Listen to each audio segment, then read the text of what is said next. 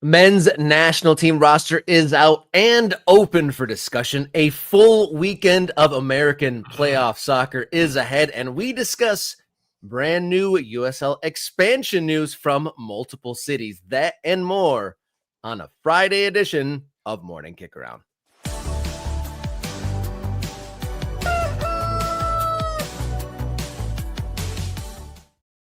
Hello and welcome to the show. You've made your way to Morning Kickaround, the show where we dot the map across the American soccer landscape. My name's Robert Kerr, local soccer guy. To my side, Jason Davis, radio soccer guy. Together, we are Morning Kickaround each Monday, Wednesday, Friday. Welcome in. How you feeling, Mr. Davis? Inadequate is how I'm feeling. I don't have near the height on my due that Mr. Robert Kerr does. That is, you got some verticality, Rob. You remember that word? Greg Berhalter loves that word. You got verticality with your hairstyle on a Friday. I like it. Let's do it. I didn't put my finger in a light socket. I'm just blessed with it today. I can't say any more to it, but an exciting Friday. I mean, probably one of the best weekend calendars on the American soccer calendar in general. You know, top and down, coast to coast. There's exciting matches, exciting storylines, players, teams, all fighting for another game of their careers. We're going to talk about that. We've got a poll up for what the Fab Four match for our viewers and the Ultras should be today. You're picking a game. I'm picking a game. Jenny's picking a game. It's going to be great. But let's get this business out of the way. As you can see on the scroll at the bottom of the screen, we're planning on doing a members-only post-show stream where we're going to dive into – we've got renderings. I'm really excited to do some renderings on this show today. It's going to be brilliant. Jump in, become an MK Ultra, a couple bucks a month, gets you access to the Discord, part of the community, which is growing. We're also going to dot the map live on that member-only stream because we've got some new Ultras who want to be on the map. So we're going to bring that up and add them to our growing map of soccer fans, part of this community. So just jump in on that. Let's get that business out of the way so we can dive into the topics that are at hand. Yep. Coming up on the show, we're going to dive into the men's national team roster. We're going to talk into a big-time coach returning to a head coaching spot, which might be unprecedented, and some funny little quirks and notes in these expansion stories and these renderings. There's kind of a wormhole or a rabbit hole to fall down to when we dig into some of these renderings. So stick around through the show today. We have discovered some things. Morning to Nate. He's an Ultra. Shout out to Nate. We've discovered some things that are going to be fascinating to unpack. So I'm excited for that, Rob. Yep. Exciting show on the way. So as we go, hit the subscribe button if you haven't already, or become an Ultra. You get priority commenting on the screen and join the Morning Kickaround Discord server, which added quite a few members this week. And we hit a high for channel members. So awesome stuff on the way. Let's keep it going. We got a Friday show, a fantastic Friday show. Let's kick it off with our long balls here on Friday's Morning Kickaround.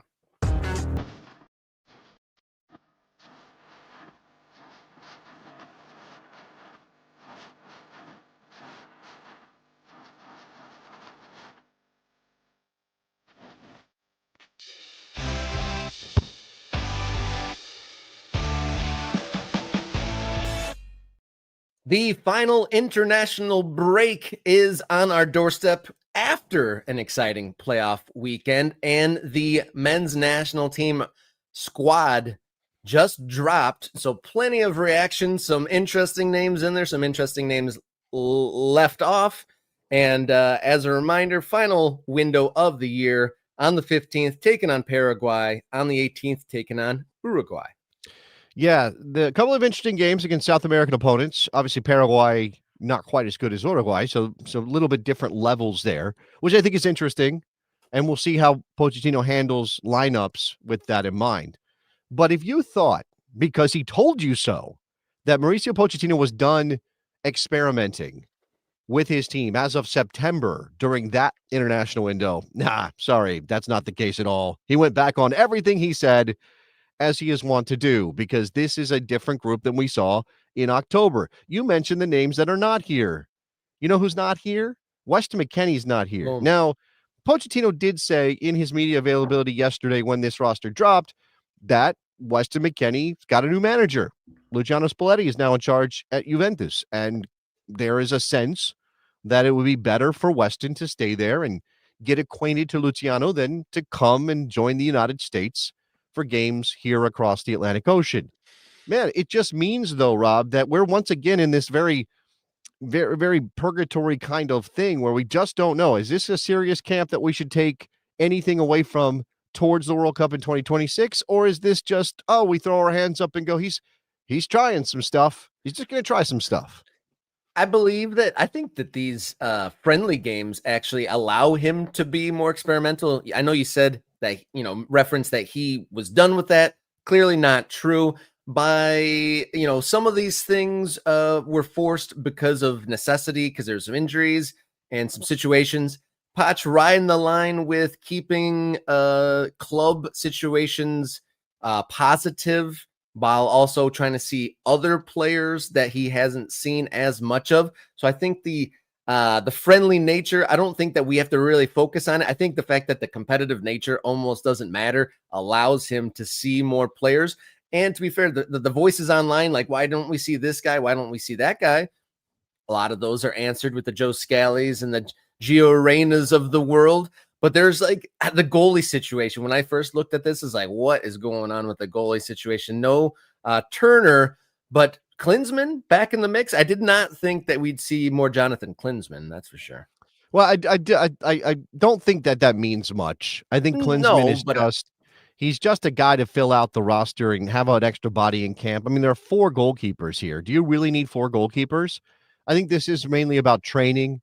And it's just a guy that's not going to really be viewed as a threat to your number one. And I'm pretty sure Matt Freese is the number one for the U.S. men's national team. Matt Turner not being there is interesting. I guess he clearly hasn't done enough. I don't know. But at the same time, if you're talking about doing enough, Gio Reyna's back in the squad. Has he done enough? He's played like 100 and something minutes for Gladbach since joining from Dortmund, where he also wasn't playing. What has Gio Reyna done to demand a place in the U.S. men's national team? He's undeniably a talent. And when asked about this yesterday, Pochettino said as much, that he's a great talent. We know what he is. You're taking a risk. And this is what I mean. We cannot hold Mauricio Pochettino to any standard of, well, he said this and now he's doing something different. What a hypocrite. No. That's not how this is going to go. You're just driving yourself crazy if you're trying to pin him down to any one way of doing things. Because until we get to May of 2026, when he will name his final roster for the World Cup, he is going to play around with the roster. He's going to call guys that you're like, what? Why? And he's going to leave guys off that you're like, what? I don't know. Why? Is he maybe a little too soft when it comes to the pressures that the clubs are putting on national teams? Perhaps. Chris Richards is not here. Should he be here? That's a good question. Again, I mentioned McKennie.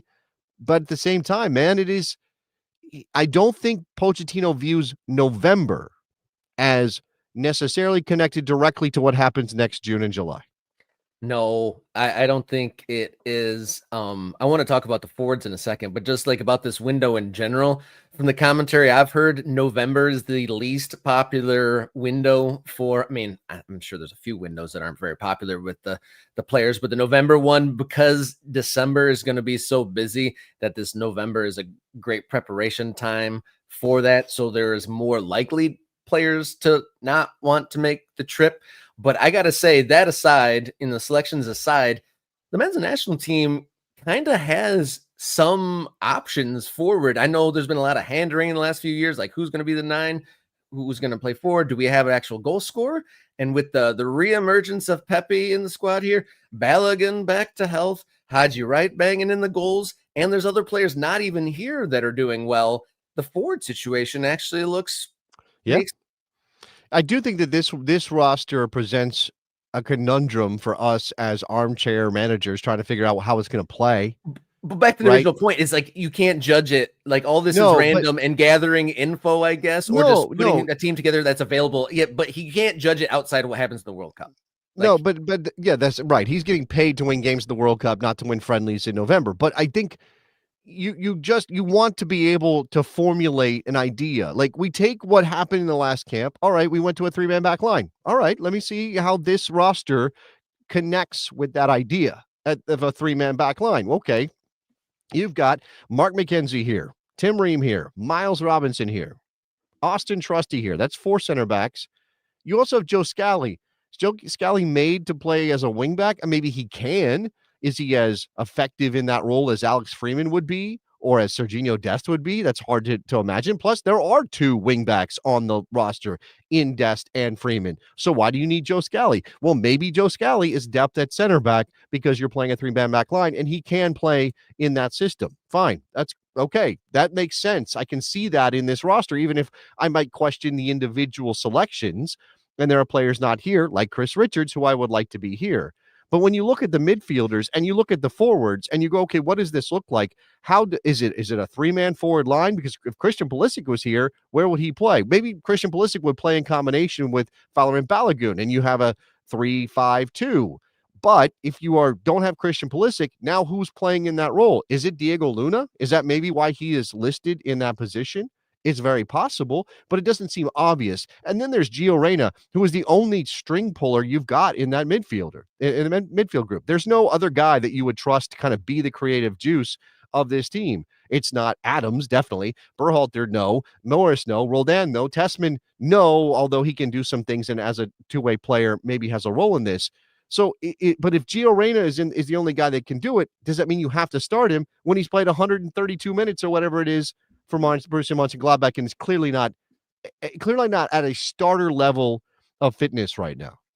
And obviously, people are excited about Gio being called back in there, warranted or not. What sort of like ceiling or what's like the low expectation like from this? Is it like make it through both games and back to Germany without an injury? Like, is that the bar that we want to set? No, for I him? think Like, I what think are the what's the bar. goal setting here? He is healthy. I think the bar is probably at least a half an hour, 45 minutes of on-field time for Gio Reyna. Over the two games? Over the two games. Now, I mean, obviously, you would love it to be more. Yeah. Well, okay, that depends on how you view Gio Reyna. And obviously, again, as an attacking talent, undeniable. Does he defend? Does he press? Does he do any of those things that Pochettino wants sometimes out of players in his position? Absolutely not. He does not do any of those things. So, but is there enough hustle? There's a lot of hustle in the rest of that midfield group, though. Like the rest of those guys are hustler right? Guys. And you could argue we're going to cover for Gio Reyna's lack of defensive effort by putting a Tyler Adams and a Christian Roldan in there with him, right? I don't know, man. I don't know. Games, by the way, for Sluggo here are the 15th and the 19th. I believe the first one is in Chester, Pennsylvania at Subaru Park. And the second one they're playing at the Tampa Bay Buccaneers Stadium down there, Raymond James. Which I was gonna say that are we gonna have a repeat of SoFi Stadium for the Copa America when they played those, or is it Nations League when it was in SoFi Stadium? There was like 10,000 people in a giant stadium, or will it be an empty giant stadium, or will it be 90% Uruguay fans? That's a good question. I think it's going to be a lot of Uruguay fans. I don't know exactly what the diaspora, the expat community from Uruguay is in that part of Florida, but I imagine there's a handful at least who will show up in Luis Suarez jerseys and Diego Forlan jerseys and whatever. So, yeah, could be a thing. My fingers crossed for lots of goals. We get to hear a lot of cannon shots from the pirate ship that's in that stadium. Yeah. Do you think that they fire it for both teams or just the USA then? Oh, man, I think they just got to fire off for the USA. We are the home team, after all, no matter how many Uruguay fans are in the stadium. That's what I hope. Look, I have no expectations. You might ask me, like, what do you want to see? I want them to win the games, clearly, because I like winning better than losing. But I have no expectations. That's what Pochettino has done to me. He has made it so that I don't even know if I care what the results are because I don't know how to connect any of these things to the next thing, to the next camp, to the next idea. Maybe when 2026 arrives, the calendar turns over, we'll start to really see something that feels more like preparation. It's not sexy, but maybe reframe your focus as these are exhibition training, high-level training sessions that they sell tickets to. Maybe is a way to kind of that. But again, so there is something to that right now. I think if you are a pragmatic U.S. men's national team fan, you can make your peace with this being experimental. You can make your peace with this being, okay, it doesn't matter now. What matters is next summer. But there are people who would say, why should I care if it looks like U.S. Soccer is setting up a scenario via their head coaching hire, via his approach to this, where none of these games feel like they matter? Why would you go out to Subaru Park or Raymond James Stadium if you have to pay $80 a ticket, it's $100 a ticket, whatever it is, when we don't know what this is going to be? It's not just there's no Pulisic. It doesn't look like this is going to represent anything we would expect at the World Cup when they play their best 11 in their first game in that tournament. Moving on to Major League Soccer, Atlanta United. It's official. Tata Martino returns to the club. He was the first ever coach, had obviously a very successful stint to be that first coach, returning. And across the world, legendary coaches or even players returning to their clubs has mixed results, some successes, some not. There's always the danger of us sullying the reputation that you have built. Yeah. But we couldn't necessarily find any outstanding or super reminiscent or memorable moments of this happening Major League Soccer, of a coach, a full-time coach coming back. You said memorable. I mean, I don't think it's happened. I don't think that any MLS team has ever rehired somebody on a permanent basis. I think we've got a couple of examples of interim managers who stepped in when somebody got fired because they were on staff and they were just standing around and they picked up the responsibility. Rob Valentino in Atlanta is an example of that. Maybe Stevie Nicol had a couple of stints with the Revs. Obviously, he ended up leading that team. I mean, he had the best years the Revs had were under Steve Nicol. I think maybe it had some sort of test period before he got the job fully. So 1999, he's an interim head coach. 2002, he gets the job full time. You want to say Steve Nicol is that fine? I don't think it really counts the same way that this does. This is absolutely Atlanta trying to get in the time machine, trying to go back to 2018 and to recapture the magic that they had when they won that MLS Cup title. Now, Tata's still a good coach. I don't think he's stopped being a good coach because it didn't work for him with Mexico into Miami. He didn't just stop being a good coach.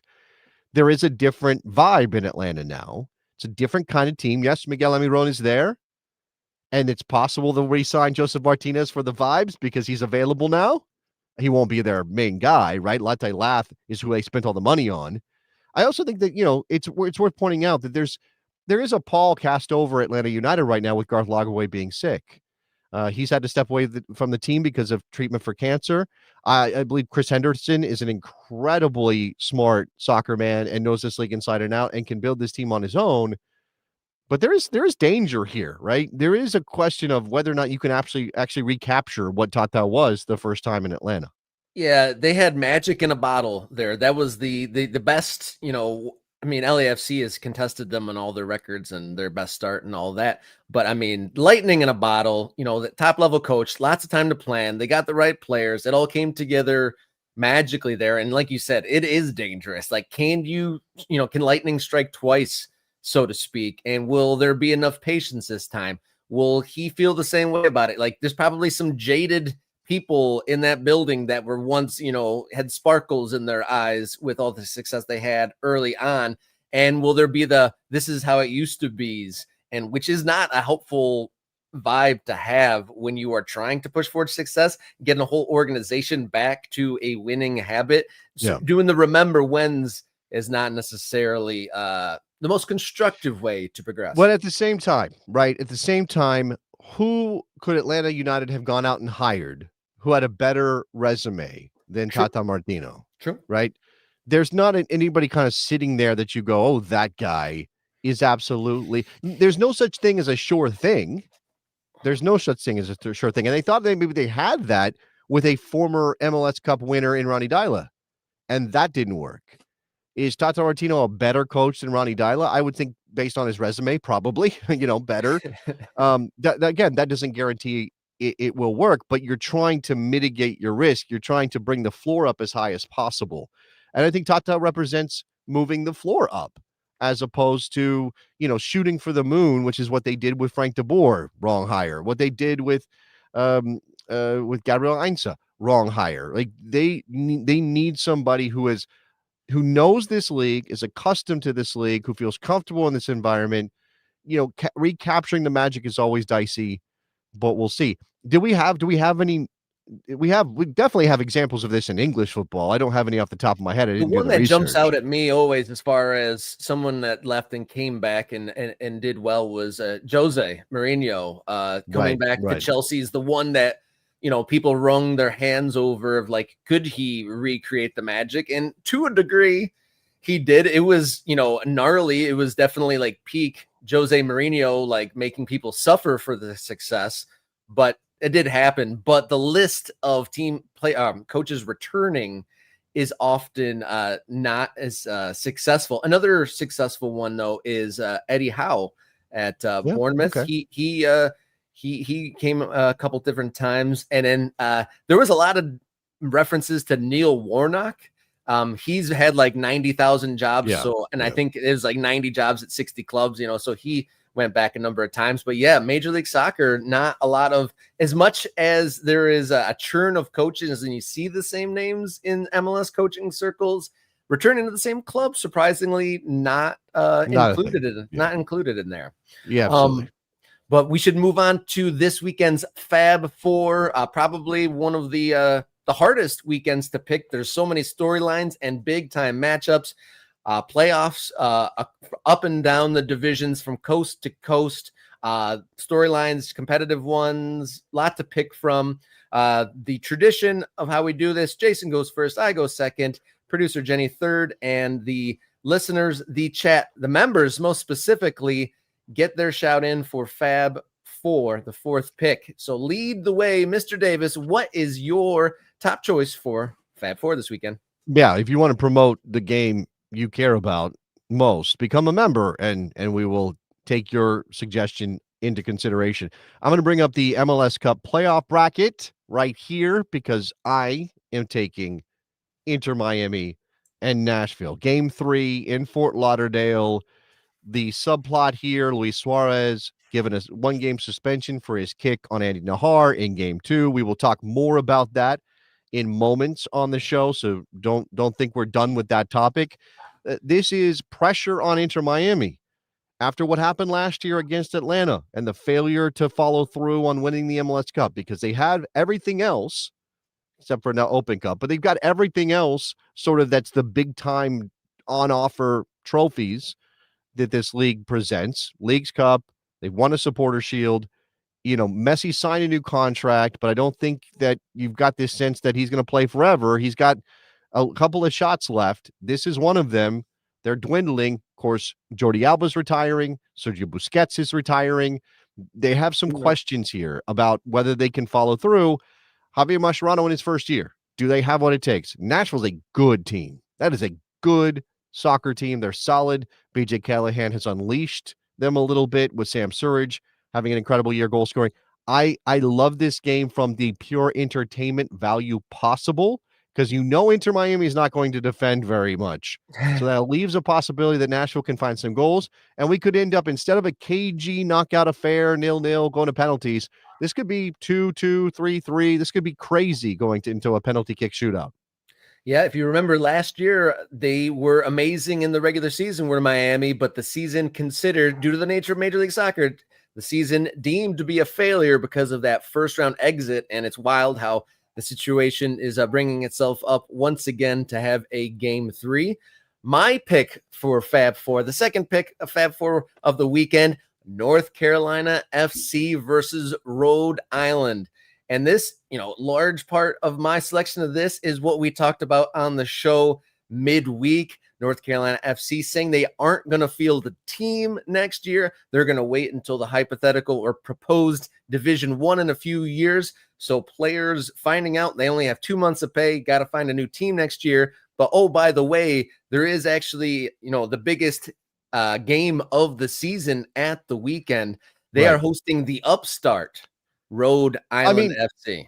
You can look at it this way, Rob. This could be the final game of North Carolina FC. I know that we were talking about the local spin in the reporting that's happening in Raleigh-Durham right now, and it seems as though, because we had a comment on our video when we talked about this hiatus, somebody said locally they're just saying, "Oh, we're just gonna launch into the first division," and maybe even the local news getting confused about what first division is and whether they're aiming for MLS, because of course Steve Malik has done that a couple times already.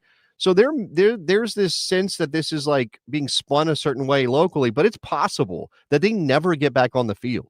Yeah. It's possible that USL turns down their first division application or something goes down. I mean, again, in the statement that USL put out when North Carolina FC made this announcement, it was, "We believe downtown Raleigh could be this amazing place for development with a 15,000 seat minimum stadium." If they don't get that built, are they a first division team? This is meant to put pressure on people in Raleigh who can help them get that stadium built. Oh, you won't have first division soccer in Raleigh if you don't help Steve Malik get his stadium built. I wrote about this on my newsletter. It feels like a pressure campaign. So it's possible they never play another game if they lose to Rhode Island. Yeah, it's wild. So many players trying to extend their professional career, retirements of, Darlington Nagbe, Busquets, Jordi Alba, but literally a team trying to extend their life here, possibly to never come back. North Carolina FC versus Rhode Island. So, producer Jenny, it's your turn to hop on in and give us the third pick in the Fab Four this weekend. Mute my mic here. Thank you. I'm going back into MLS, and we're going with Minnesota United against the Seattle Sounders. It is 4 o'clock on Saturday afternoon. I like this one, because of the environment at Allianz Field should be fantastic. I love watching those Minnesota United games there with the dark clouds.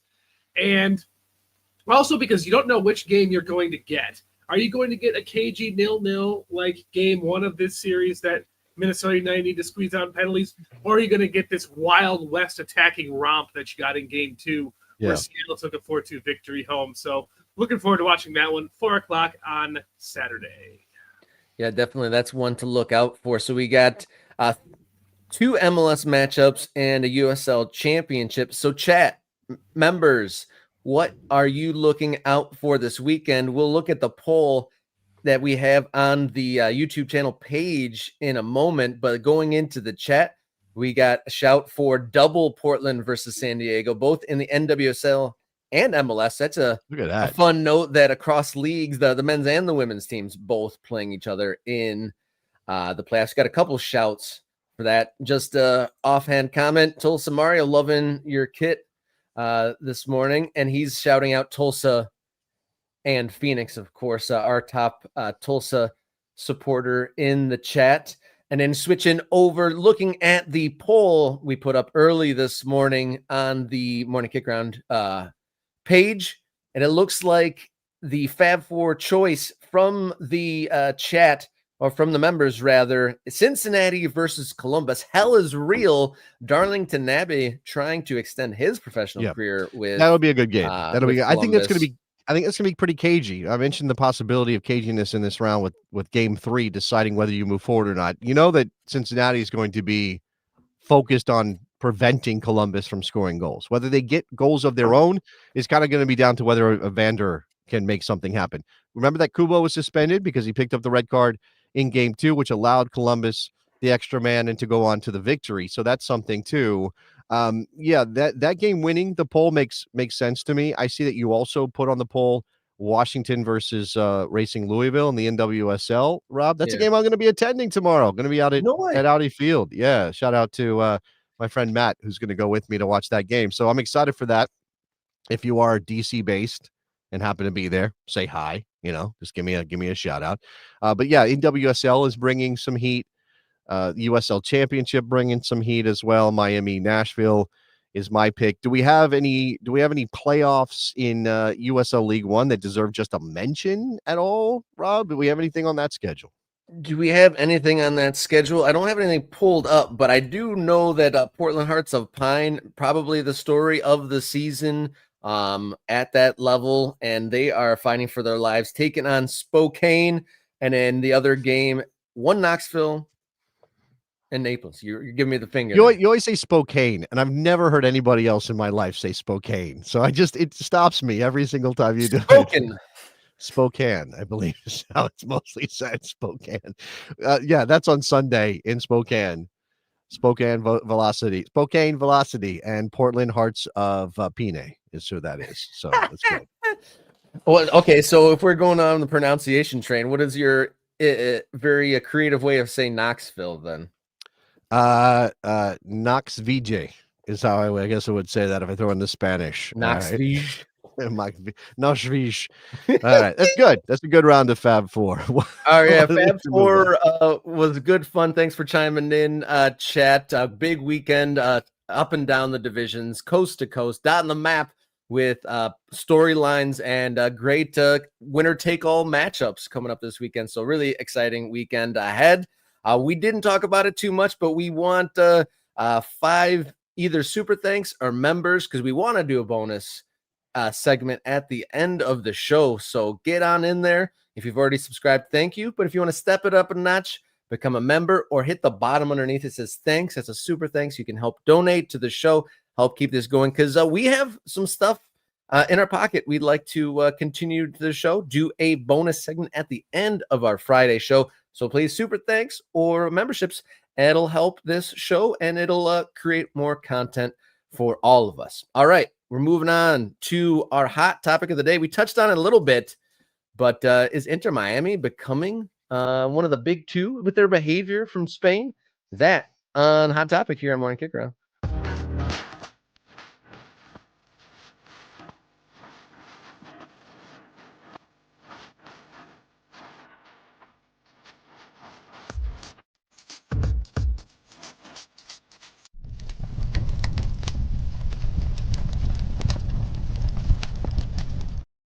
All right, hot topic here on Friday ahead of the clinching elimination games in the first round of MLS playoffs. And a fun topic to talk about is with this game 3 between Inter Miami and Nashville, it sets up a possible repeat of what happened last year between Atlanta and Miami. And to add to that possibility, one of the key figures, one of the key goal scorers for Miami won't participate, with Luis Suarez getting a post game midweek in the rear view mirror red card for an off the ball incident that happened in the previous game against Nashville.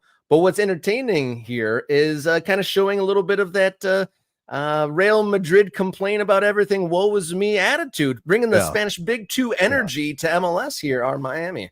Okay, so we need to be I would love to know what the Ultras and our viewers right now think of the disciplinary committee as a concept, because that is pertinent to this discussion. Okay, but that is a thing that exists. The disciplinary committee, whose job is to go back and review incidents after a game. Let's say a player goes down in a game without much contact, and the referee decides, all right, well, you dove, but I'm not giving you any penalty for that. I'm not giving you a yellow card. The disciplinary committee can come back and say, that was simulation. We're fining you for that, right? That's something the disciplinary committee does. When there is violent conduct, the disciplinary committee goes back and looks at events and decides, was the punishment given during the game appropriate? Do more games need to be added to a red card suspension or whatever? So in this scenario, you have Luis Suarez, who kicks Andy Nahar in an off-the-ball situation. Andy Nahar goes down, no foul is given. VAR reviews the incident and decides not to punish Luis Suarez. The disciplinary committee comes back after the fact, when the game is over, in the cold light of day, looks at the incident and goes, that's a red card. He's suspended for a game. Now, it's not officially a red card. It's a one-game suspension. This then prompted Inter Miami to put out this statement on Wednesday. Inter Miami CF has received official communication from Major League Soccer regarding the one-match suspension imposed on our player, Luis Suarez, for an action that occurred during last Saturday's match in Nashville. The club would like to state the following. Inter Miami CF accepts and respects the decision made by the MLS Disciplinary Committee. At the same time, the club wishes to express its concern about the precedent set by refereeing a play that has already been judged by the match officials and VAR, and its confidence that the same standard will be applied in the future to all on-field situations in any match and involving any team. And immediately, as you framed it, Rod, this smacked to me of some Real Madrid, Barcelona type behavior, which is to go public with your discontent because everybody's biased against you, even as most of the people who watch MLS would say the league is clearly biased in favor of the team that's got Lionel Messi. One thing we've learned in the last few years, people that are most guilty, pretend to be or poise themselves or frame themselves as the victim more often than not. So like a lot of the time, the people shouting victim are often the perpetrators. But I do want to discuss the incident itself because obviously it was a dirty play. Suarez kicks his heel back, gets the guy in the knee. But do you think if the referee saw it in the moment, do you think that in of itself is a red card act from Suarez? That part is a little dicey, right? And so this gets into the question of how much of this punishment is being brought down on Luis Suarez because he is Luis Suarez. So it's a reputation. So if a no-name player does this, it's different. That is difficult to know, right? We don't know. Do we have a direct comparison? Do we have another situation in which a player escaped punishment doing something similar simply because they didn't have the history of Luis Suarez? I don't know. And obviously VAR looked at it in the moment and decided it wasn't a red, but there are different standards for the disciplinary committee. And I do think that you have to remember that generally speaking, referees don't like changing games by sending players off. No. They don't love doing that. And you can't VAR a yellow. You can't VAR a yellow. You can only VAR a red. That's the way the rules are written. So if they're going to look at this, they have to believe in the moment that it rises to the level of a red card infraction and he should be sent off. This is a playoff game. In the moment, in the heat of the game, should the VAR officials err on the side of, well, that's pretty violent, let's send him off, knowing it's going to completely change the game? Or would you rather, as a neutral, certainly as an Inter Miami fan, for them to say, wait a second, we're not 100% sure. This is not clear cut for us. This is subjective. We're not going to send him off, and we'll see what happens after the fact. Because everybody knows the disciplinary committee is a factor in these moments. Even Luis Suarez should know that. So I don't know if I have a lot of sympathy here for the idea that Suarez got done dirty. He is a dirty player, and I do think that should matter. If you're a dirty player and you do something dirty, it should matter. You're trying to tell this player, stop being dirty, stop doing this dirty stuff that you are consistently doing. We don't stand for it in this league. I do want to address that Nate, thank you to Jeffrey Gunn for becoming an MK Ultra. Shout out, that's great. I want to mention what Nate has put up here. No problem with Disco. Big problem with comparing Real Madrid whining to Barcelona. Barca is nowhere near the same level as Madrid. It's a big one, not a big two. I think that's fair. I know we said big two, and the only reason we did that is because obviously there's a Barcelona influence on Inter Miami, not a Real Madrid influence on Inter Miami. But yes, this behavior, this statement, this whining, this this is unfair to us framing is very Real Madrid. And Suarez has done a lot to undo his legacy. He kind of rebuilt it up again, went a few years without any biting incidents or anything like that. But he's had quite a year in 2025 between the fight and the spitting in Seattle and then now this. But going back to the actual incident, it seems not to me, obviously a dirty play. You're kicking up into someone's knee, intentional. But at the same time, I mean, he didn't poleaxe him across the head. He didn't punch him. He didn't bite him.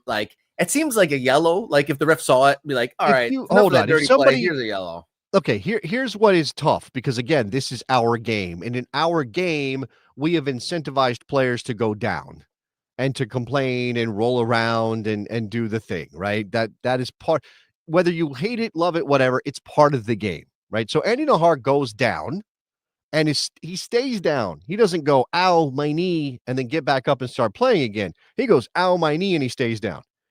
And it creates this problem for us. Was Andy Najar hurt? Was he legitimately hurt in a way that prevented him from getting up to play the game again? Because if he was, then that's pretty strong evidence that Suarez committed a foul that deserves to be punished. Because he did something that was intentionally meant to injure his opponent.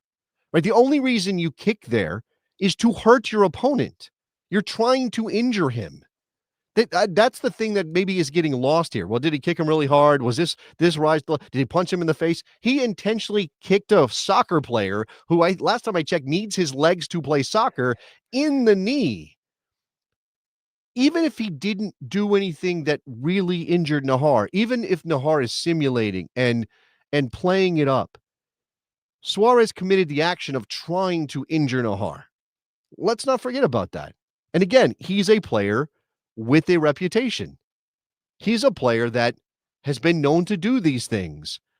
And if you went to court after committing a crime, they would say, well, what other crimes did you commit? Okay, you get more time because you're a repeat offender. Repeat offenders get more time. That's how this works. I know it's not the same, apples and oranges, but that's clearly how the disciplinary committee sees it.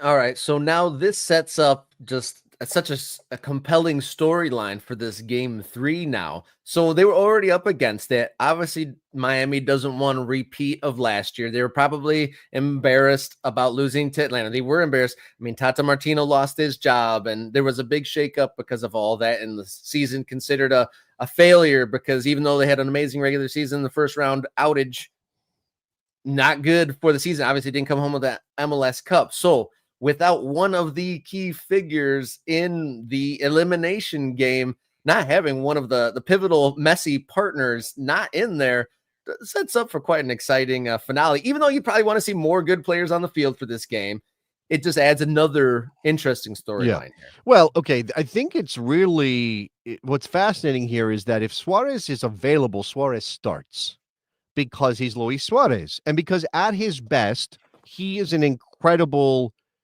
soccer player. I don't mean just his technical ability. I mean the way he reads the game is next level, right? It is elite. It's why he played at the clubs he's played for because of that. So you can say, pretty simply, well, he makes Inter Miami better because he reads the game that way. But he's also a guy who's on his own rickety sticks running around. He's not a spring chicken anymore. They can't play on the break at all with Luis Suarez leading the line. So do you imagine, especially if Nashville decides, hey, we're going to come at you a little bit? I mean, is there a way here that this makes Inter Miami a little bit better, a little bit more dynamic, not having Luis Suarez? Did somehow the disciplinary committee give Inter Miami an advantage here? Did they do something that will actually help them in the end? Shout out once again to our brand new member, Jeffrey Gunn. Welcome aboard. Looking forward to seeing you in the Morning Kickaround Discord server. Get your dot on the map. At the end of the show, we are going to do a dot the map here. And get live map dotting. It's a live map dotting, Rob. It's coming. So everyone be like Jeffrey, get on board, become an MK Ultra. We got our highest number of memberships yet, but that number can always keep on growing. I mean, it's nowhere near the number. The 5,000 subscriber number is great. The member number, not quite there, but I mean, that would be unreal. This show would go to a whole nother plane if those two met up with each other. This is so. What's the logic? What's happening right now? Okay, I'm rambling. I'm just saying thank you to our new members, and if you'd like to join, so be it. But we got at least one more segment to go in the show. Be interested to see what happens with Miami, but we're going to move on to soccer under construction. We got some doozies coming out from USL expansion news here on Morning Kickaround.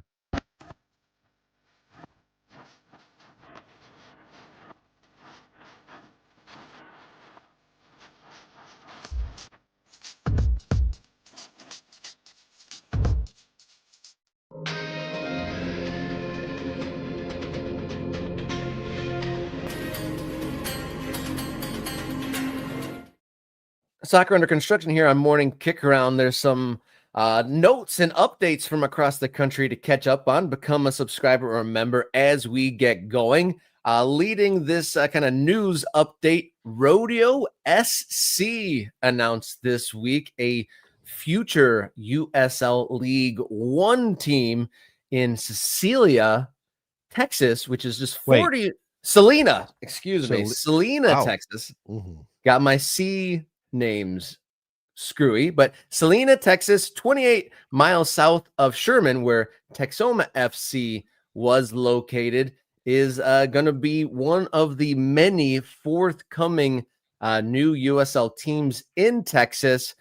We've been following the story of Texoma FC. They had 1 year pro. They self-relegated themselves, and it looks like their senior team now, their professional side, moving 28 miles or so south to Salina, Texas. Okay, I'm being told, Rob, this is why we have viewers, because they can help us. Salina, Texas. Is everything the opposite pronunciation? You're giving me crap about Spokane. Yeah, but it's now not we got Spokane, and it's not Salina, it's Salina. Salina, of course. Yeah. Yeah, there's also, I believe, a Salina, Kansas, but spelled differently. Okay, anyway, here's what we know. As you said, this is the Texoma FC ownership deciding to relocate south for a better market. It didn't work in Texoma. This is obviously not a net +1 for USL League One. This is just a club relocating. It might be outside of. Okay, I guess that's not true. But I was going to say for city names and things like that, it might be the shortest relocation in the history of American sports, and they only went 28 miles. But then again, we had some teams like chain stadiums within one city. I don't know if that counts. But the vibe here is very interesting. I mean, they are leaning into this being a Texas-ass soccer team. If it's from Texas, for Texas, with that font. We don't have a logo. We just have this font on top of what's supposed to be leather, I guess. You know, yeehaw, giddy up, cowboy, all the Texas stuff. I mean, I feel like these guys have to play in cowboy hats. Otherwise, they're not really hitting the vibe. Like, get out there, play in a cowboy hat, guys. That could be a thing. What do you? Yeah, definitely. In the press release, they were saying that Salina has a quaint cowboy style downtown.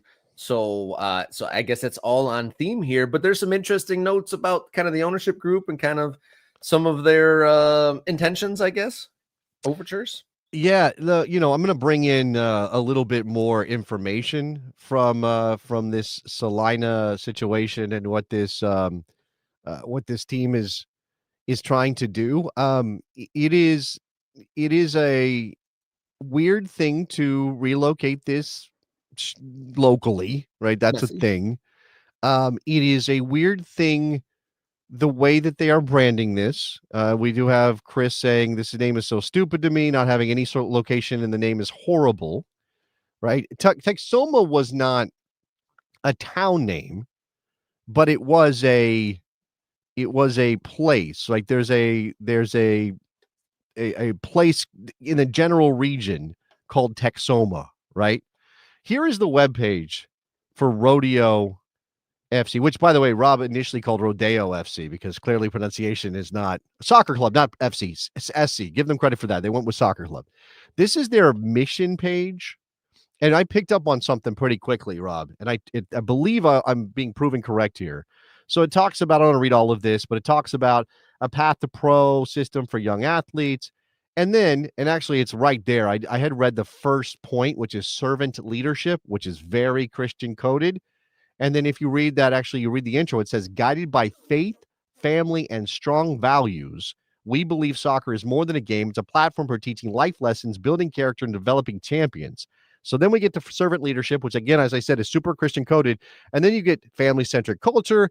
And then you read a little bit about the owners here. Ben Watson, president and founder, a Salina and Sherman, Texas native with professional soccer experience. He's got some real estate background. He brings a unique blend of insight, entrepreneurial drive. All right. Ben sounds like a pretty standard lower division American soccer club owner, right? Yeah. Then we get to Jacob West, the CEO and the principal owner, experienced entrepreneur with a background in business operations, real estate, private equity, and business acquisitions. Pretty normal, pretty white collar American soccer guy. A Denison native, which is not too far away, and lifelong rodeo enthusiast, hence the name. Jacob spent years writing and volunteering with the Glory Riders, a Christian-based organization dedicated to lifting up the name of Jesus throughout the rodeo community. So what we've got here, people, is a Christian soccer club. I'm not making any judgments. I'm not saying that's good or bad. I just think that's interesting as a thing to note. And, with the history of the sport in America, of course there's going to be some Christian coded soccer efforts. And in fact, I recalled pretty immediately that we had the Charlotte Eagles. I think, are they still operating? Do we get a thumbs up on that? Charlotte Eagles is a Christian-based soccer club out of North Carolina.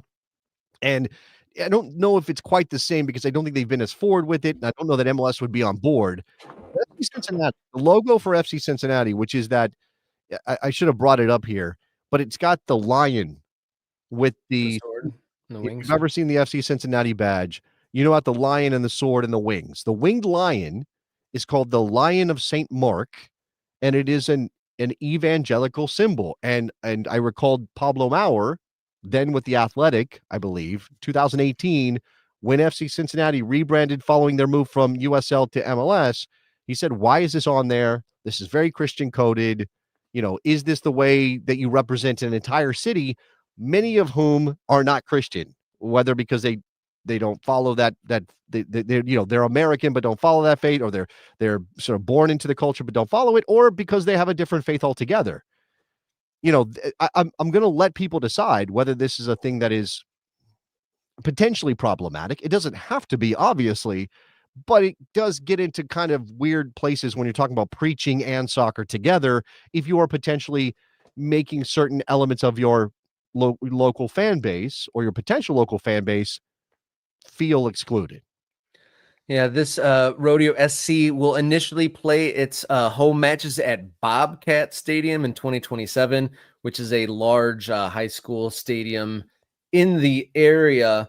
And definitely interesting that part of this story, we did a couple videos on what's going on with Texoma, and then there was the rumored Collins County. And we believe this all aligns because Salina is right on the edge of Denton County and Collin County. So all those kind of threads and rumors kind of finally all coming together here in the story for Rodeo SC. And side note, part of their ownership group is NFL kicker Nick Folk and brother of Ron Gronkowski, Glenn Gronkowski. So throwing a little bit of more randomness into the lower league soccer conundrum. Wait, there's a Gronk involved? We have a Gronk? We have a Gronk. Oh my gosh, I didn't know we had a Gronk in American soccer. Is that brother a good, of Gronk? Aren't there like I guess he 6 was Gronks? involved in it the previous iteration, I guess, too. Okay, we just didn't note that before. There was a Gronk involved and we didn't note the Gronk. So that's a failure on our part. Look, again, more American soccer clubs, good on its face, without judgment. Again, how they're going to do this and what flavor it takes. And if, you know, I guess maybe the reason for the move to Salina is obviously it wasn't working in Sherman, but also if this new ownership element with Jacob West, you know, this doesn't feel like this doesn't feel, was he involved in Texoma? Like that's my guess is he wasn't, and he's part of the reason why this team is relocating, in addition to just it not working in Sherman. Yeah, interesting stuff. Rodeo Soccer Club is the embodiment of true Texan heritage meeting the beautiful game, says Watson. But moving on to other new USL expansion updates over in Florida now. Port St. Lucie's city council members unanimously approved 3 key parts of the deal to bring the city a professional soccer stadium. The new 6,000 seat stadium will be built on a 46-acre mixed-use redevelopment project located on Highway 1 there in Florida. We checked. Rob checked. There is not an updated rendering of this proposed 6,000 seat stadium. We just have this weird kind of trippy looking version superimposed on top of, I guess, the site. I don't know. It's just it looks like some random picture of a place in Florida. So Port St. Lucie moving forward, it's, look, this stuff has to happen for these clubs to succeed, right? They have to have a home. They have to have a place to play. There is always going to be that question of whether or not it is the right thing for the community. And Rob, I know you were looking at some of the quotes in the local coverage when this was announced and obviously the plan itself, like how does this actually happen? Is public money going into building the stadium or is it something else? What form is this taking? So you kind of have to follow this thread a little bit. So the mayor of Port St. Lucie says the city is not subsidizing this in any way, shape, or form. This stadium or any operational costs related to this stadium. the city officials, no public money will be spent until the stadium opens. The $27 million reimbursement will be paid out over 20 years and pending further annual approval. The only tax increases will come into the stadium zone being used, meaning neighbors won't be taxed. So it's kind of a subsidy. I guess I'm not a financially minded enough. So they're saying they're not taking out a bunch of subsidies, but it's not until it's open will the money be paid back. So it isn't subsidied. You kind of helped me get to the landing point with this a little bit earlier when we're preparing this. But so they say hold on. Mayor Martin says that they vetted it and it's fine-tuned scope, and they said that all the issues, don't worry about it, they said. And in a different article, there was some concern from community members that they didn't get to air their feelings about this development until it was being voted on here. But so there is public money, but not immediately, I guess, maybe is a simple way to put it. So, okay. It is not what they're saying. And obviously this is all semantics. I guess if you are anti any public money going to a private entity in the form of a soccer club, you could find a way to be annoyed at this. And I wouldn't say that you're wrong to be annoyed, by the way. That's up to you especially if you are a member of this community. But obviously what they're saying is we're not helping to fund the construction of the stadium. The city of Port St. Lucie is not giving money to the ownership group to build the stadium. The stadium will be built, and then in order to incentivize the club to stick around, to help them last, help them build a community around the club that would then presumably create civic pride, but also jobs working for and around the club, we're going to basically give them a tax break or a tax rebate, right? So again, it is just it's one. To me, it's 6 1/2 dozen the other in terms of whether this is a public subsidy.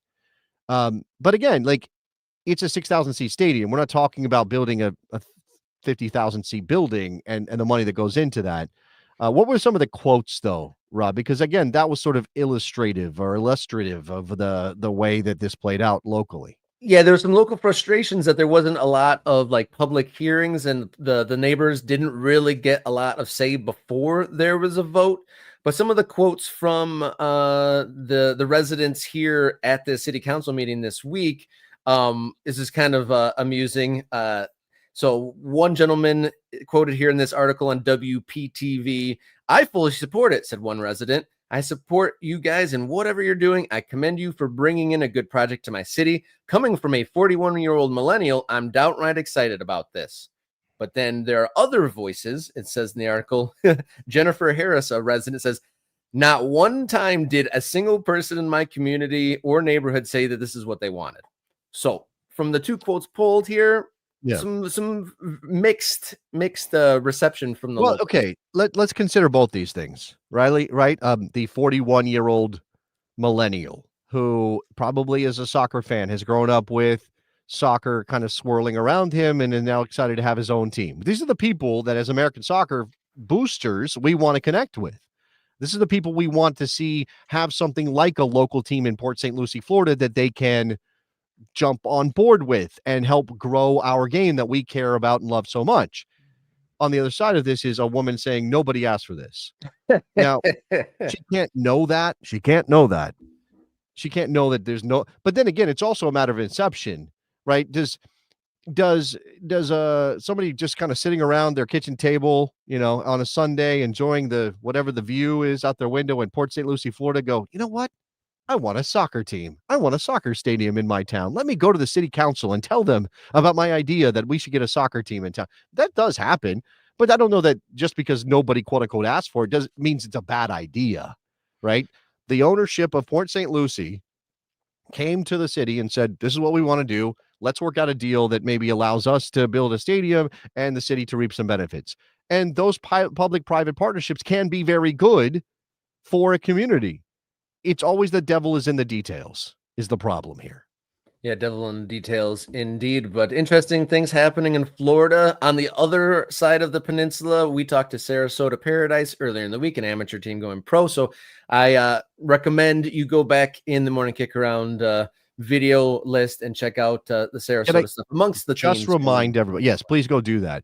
I want to remind everybody that this is what the Port St. Lucie badge looks like. I didn't prep it for the show today, but this is what it looks like. It's very pirate coded, very themed around. What did I say? Kind of looks like a putt-putt golf sign. Like that kind of has that vibe. Yeah, you're not wrong there. No. I hope it looks fun. It looks fun. It's not bad. It's not bad. Yeah, hopefully it is something that they can latch onto in the community. And look, again, not being from Port St. Lucie, not having my tax dollars potentially go into whatever this is, the subsidy after the fact, it's not really my place to say, don't do this, don't do this.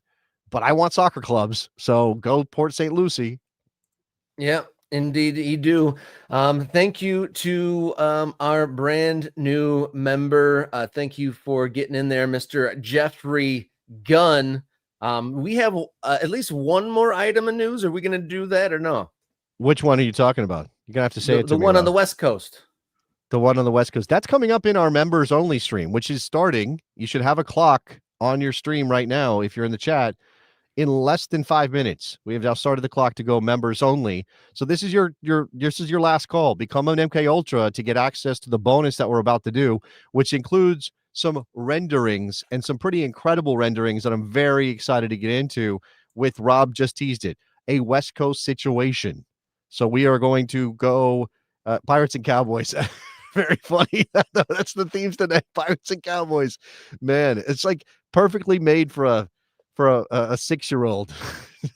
those teams. Yeah. Rodeo FC. I was gonna say it reminded me it's the closest soccer branding to the Caribous of Colorado. That it's a little bit like that. You can see Rodeo FC with some frillies on their kits, perhaps. I feel like maybe, okay. Anyway, we'll see what that happens. So anyway, you have 3 minutes now, 4 minutes to become an MK Ultra, so you can get members access to the members stream, which we're going to do, which not only includes renderings of a new stadium plan that should be very fun to talk about, but also we're going to dot the map for our recently joined MK Ultras. I've got it up in the Discord. Lots of people giving me their locations. If you've seen the map before, we're dotting the map with our members here, just like clubs are now dotting the map all over the country via MLS, USL, all the other teams, amateur teams, and all of those things. So yeah, get in right now. It's only a couple bucks a month. Discord access. What else did they get, Rob? Bonus content, obviously. Bonus content, priority commenting on screen on the live shows, and plenty more. Like you said, bonus content, early access to videos, Discord server access, and you're getting dotted on the map. And so we're counting down to that bonus show. Our regular show here today, great fun, lots of games to look forward to, lots of fun USL stories to discuss. So until Monday, everybody. Wait. You're sending us out. We've got a couple minutes left until the stream, the member stream starts. So I'm not sure. I think we're not closing now. Well, we just need to, we're going to run the close of the show. I'm not against that. I'm just saying this was not planned out exactly. You're getting this all very mess. Rob was ready to get us out of here. And I'm like, well, but we got 2 minutes left for people to become members so they get access to the members live stream. What I was going to say is that in addition, I think we can talk about, maybe in less than specific terms, Rob, maybe we can talk about the plans we have for some special morning kick around content that is starting to come together. If you're interested in what we're doing, we're working with some clubs.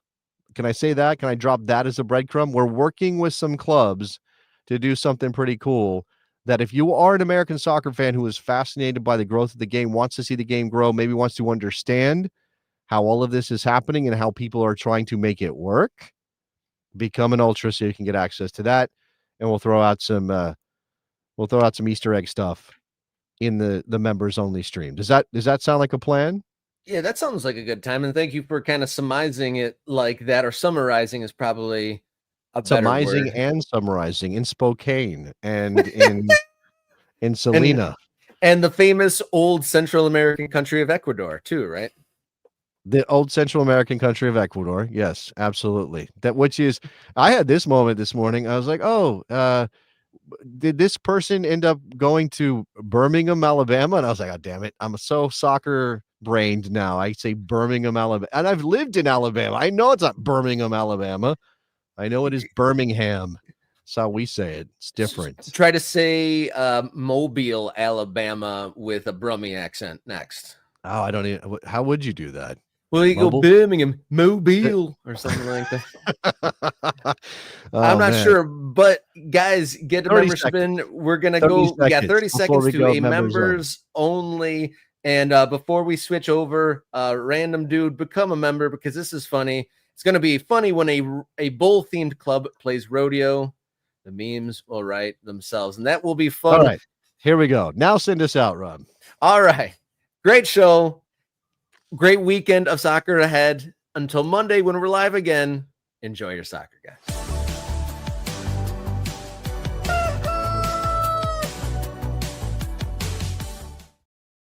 All right,